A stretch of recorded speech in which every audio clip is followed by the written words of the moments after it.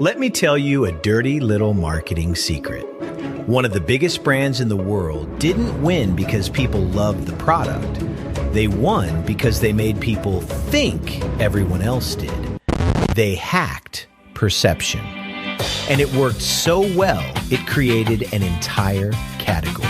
This is The Brief on Red Bull's Radical Marketing Strategy. So, Red Bull became this massive brand. But here's the thing. It wasn't because everyone loved the product. I mean, it was expensive, it came in a tiny can, and the taste was, let's just say, an acquired one. They pulled it off by completely hacking our perception. It's really a masterclass in inventing a whole new battlefield when you know you just can't win the existing game. So let's get into what we're calling the Red Bull paradox. I want you to go back with me to the 1980s. Long before it was this massive global brand, Red Bull was just this weird new drink.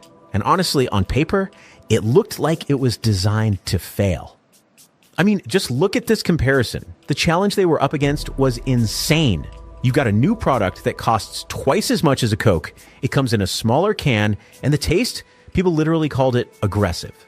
On top of all that, nobody had ever heard of it, and you're going up against global giants. You got to ask yourself, how in the world could this possibly work?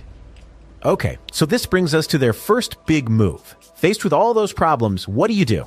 Well, most companies would have panicked, right? They try to lower the price or change the flavor, but Red Bull, they did something way, way smarter.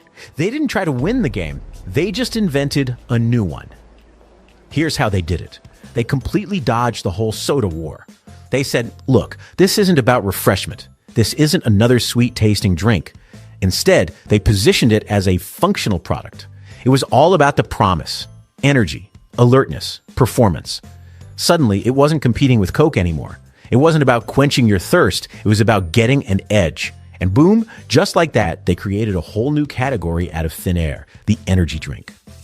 And this, right here, is Marketing 101.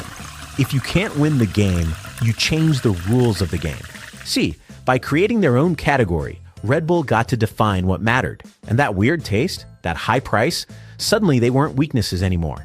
Actually, they became proof. It was like, well, it must be powerful if it tastes like this and costs this much. But okay, creating a category is one thing. Getting people to actually try this weird, expensive new drink, that's a whole other battle. And this is where we get to the really clever part. This is about hacking perception.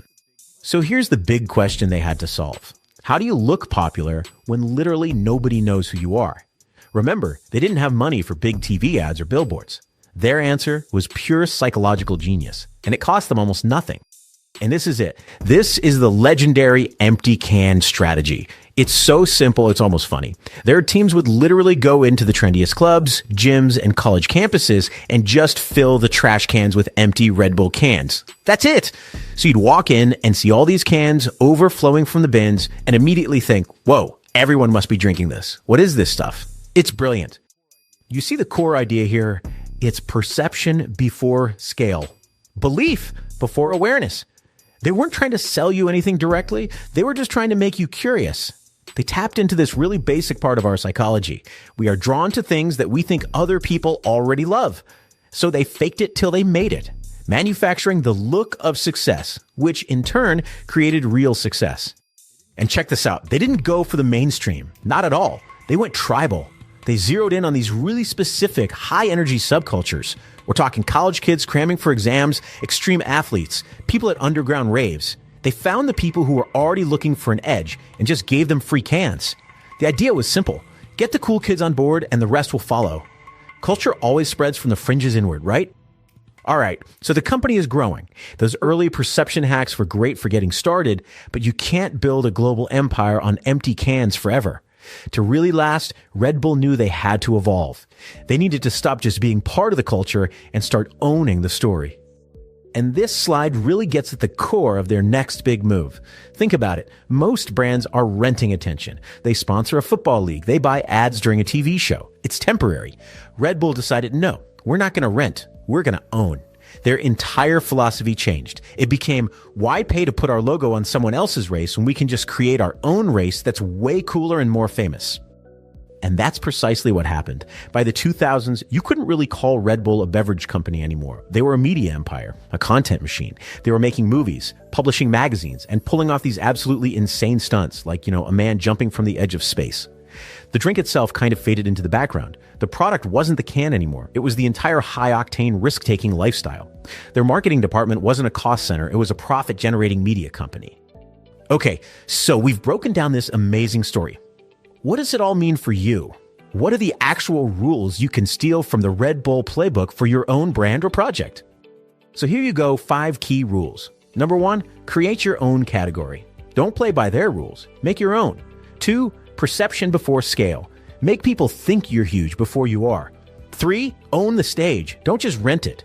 Build your own assets. 4, sell a lifestyle, not just a thing in a can. It's about the feeling. And finally, number 5, be super selective. Red Bull knows exactly what it is. Energy, adventure, pushing limits. If an idea doesn't fit that, they just don't do it.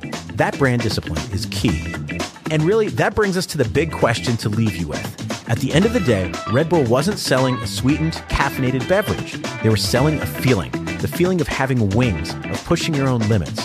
So the question I want you to think about is this: what feeling are you selling? Because that, right there, that's where the real magic is.